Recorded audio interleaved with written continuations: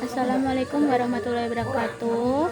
Sebelumnya mohon maaf telah mengganggu waktunya Mbak Bening, dan terima kasih banyak telah meluangkan waktunya untuk melakukan wawancara dengan saya hari ini. Perkenalkan, nama saya Kania Ika Mutmainah, mahasiswi Fakultas Psikologi Universitas Proklamasi 45 Yogyakarta. Sesuai kesepakatan kita hari ini, saya akan melakukan wawancara untuk menggali informasi tentang pemilihan calon bendahara kepada Mbak Bening. Nah, sebelumnya saya akan mengajukan beberapa pertanyaan, mengingat kembali bahwa wawancara ini akan saya rekam. Apakah Mbak bersedia? Ya, bersedia. Mbak Bening tidak perlu khawatir untuk identitas dan segala informasi atau jawaban yang diberikan akan dijaga kerahasiaannya.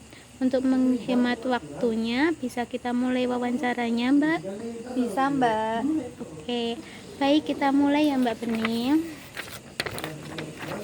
Sebelum kita menuju aspek-aspeknya, saya mau tanya nih, hari ini bagaimana kabar Mbak Bening? Alhamdulillah baik, Mbak. Gimana, Mbak? Alhamdulillah. Enggak apa-apa sih, Mbak. Untuk selanjutnya, kegiatan apa saja yang telah Mbak lakukan dari pagi hingga saat ini? Tadi pagi saya bangun tidur, menyapu, siangnya menjahit, sorenya saya membantu mengerjakan tugas-tugas pemuda-pemudi gitu sih, Mbak. Tugas pemuda-pemudinya kalau boleh tahu apa aja, Mbak? Tadi latihan nari, Mbak, buat 17-an besok. Oh, sangat produktif sekali ya, Mbak, dari pagi sampai sore. Iya dong, Nah, Mbak. kalau perasaan Mbak Bening hari ini bagaimana kalau saya boleh tahu? Alhamdulillah, Mbak, senang menjalani hari-hari. Hari-hari yang penuh dengan bahagia. Oke, Mbak, kita menuju aspek-aspeknya sama kita, biar mempercepat waktunya saja. Sebelumnya, pernahkah Mbak Bening mengelola uang kas atau dana organisasi sebelumnya? Bagaimana Mbak Bening cara mencatatnya? Pernah, Mbak, dulu waktu SMA saya sempat jadi bendahara kelas. Dan di organisasi remaja saya juga pernah pegang kas kegiatan. Biasanya saya catat secara manual di buku tulis yang sudah saya buat jadi buku kas. Tiap kali ada pemasukan atau pengeluaran, saya juga langsung catat, Mbak, itu di tanggal berapa, sumbernya mana, dan keperluannya apa. Kalau ada bukti seperti nota atau kwitansi, saya simpan juga. Saya merasa penting banget untuk detail supaya tidak ada dana yang terlewat atau tidak jelas penggunaannya. Saya juga biasa hitung uang berkala supaya saldonya cocok. Wah, berarti Mbak Bening itu sifatnya orangnya yang teliti ya, Mbak ya. Untuk yang pertanyaan yang kedua nih, Mbak, tentang kerjasama tim. Nah, bagaimana sih cara Mbak Bening sendiri berorganisasi dengan ketua pemuda atau seksi kegiatan dalam penggunaan dana? Saya biasanya selalu minta konfirmasi dulu ke ketua atau seksi yang bersangkutan sebelum memakai uang kas, Mbak. Kami diskusi bareng soal anggarannya, biar semua sesuai dengan kebutuhan kegiatan. Saya juga usahakan transparan, jadi tidak ada kesan saya memutuskan sendiri gitu. Saya percaya bahwa sebagai bendahara, saya hanya membantu mengelola dan mencatat. Keputusan utama tetap kolektif. Jadi kalau ada yang ingin mengajukan dana, kita bahas dulu secara terbuka. Harus saya keluarkan dananya. Intinya harus satu suara dulu sih, Mbak. Oke, berarti biar nggak ada yang semuanya biar saling percaya dan saling terbuka gitu ya, Mbak ya, tentang dana yang ada di kepemudaan ya, Mbak ya. Iya. Atau di kelas jadi bendaharanya. Nah, selanjutnya nih, Mbak, untuk bagaimana sih Mbak Bening itu menjelaskan kondisi keuangan organisasi saat rapat anggota, dan bagaimana jika ada perbedaan pendapat tentang dana tersebut? Saya biasanya menyampaikan laporan secara terbuka, Mbak. Saya susun laporannya serapi mungkin, pakai tabel atau poin-poin biar mudah dimengerti semua anggotanya. Saya juga pakai bahasa yang sederhana supaya yang nggak terlalu paham keuangan juga tetap bisa mengikuti.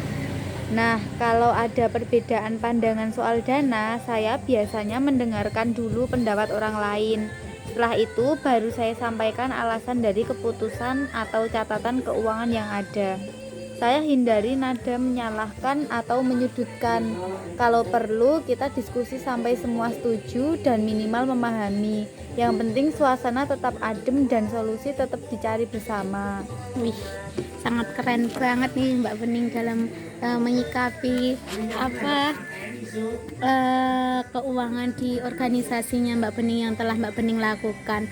Nah, untuk selanjutnya nih Mbak, bagaimana sikap atau perilaku Mbak Bening jika ada nih orang lain atau teman dekatmu itu ingin meminjam uang dulu, uang kas atau uang yang organisasi yang Mbak Bening bawa untuk keperluan pribadi oleh teman terdekat? Wah, jujur aja ya Mbak, saya pasti nggak akan kasih. Walaupun itu teman dekat sekalipun, karena uang kas itu kan bukan milik pribadi ya, tapi milik bersama yang harus dipertanggungjawabkan.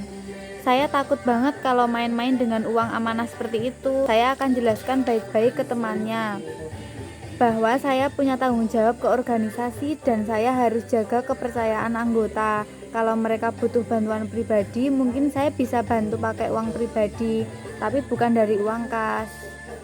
Oke, berarti itu yang pertama tuh kita harus tanggung jawab itu sangat perlu banget.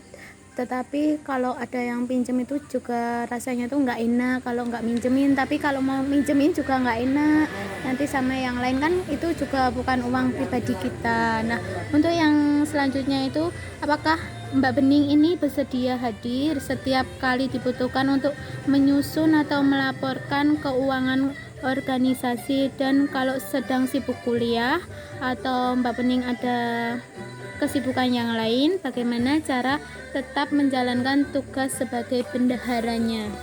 Insya Allah saya bersedia Mbak. Saya memang orangnya suka pegang tanggung jawab sampai tuntas. Kalau saya sudah diamanai sebagai bendahara, maka saya akan hadir kalau diminta. Apalagi untuk hal penting seperti laporan keuangan. Kalau sedang sibuk, saya akan atur waktu sebaik mungkin. Saya biasa bikin catatan kecil di HP supaya tidak lupa. Dan kalau memang tidak bisa hadir fisik, mungkin saya bisa lapor lewat online dulu atau kasih laporan lewat ketua.